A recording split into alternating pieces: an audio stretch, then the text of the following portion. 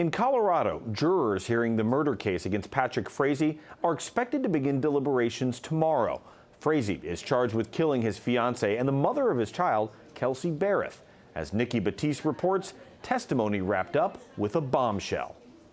Nearly a year after Kelsey Berreth disappeared, 7 women and 5 men are set to decide the fate of her fiancé, Patrick Frazee. Prosecutors called Frazee a cold, calculating, manipulative killer who never testified on his own behalf. The star witness against Frazee was his secret girlfriend, an Idaho nurse named Crystal Lee.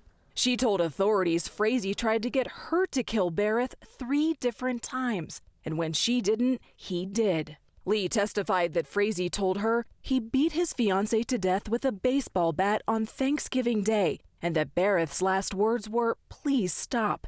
After the murder, Lee says Frazee called her and said she had a mess to clean up. Lee claims she drove from Idaho to Colorado and cleaned up the crime scene because Frazee told her to, and she feared for her life. Lee has also admitted she destroyed Berreth's cell phone, her keys, and a gun, all to help Frazee cover his tracks. In exchange for her testimony, Lee agreed to plead guilty to evidence tampering. A few days after Thanksgiving, Lee says she watched as Frazee burned a black tote box that he told her contained Berreth's body and the baseball bat. Berreth's body has never been found.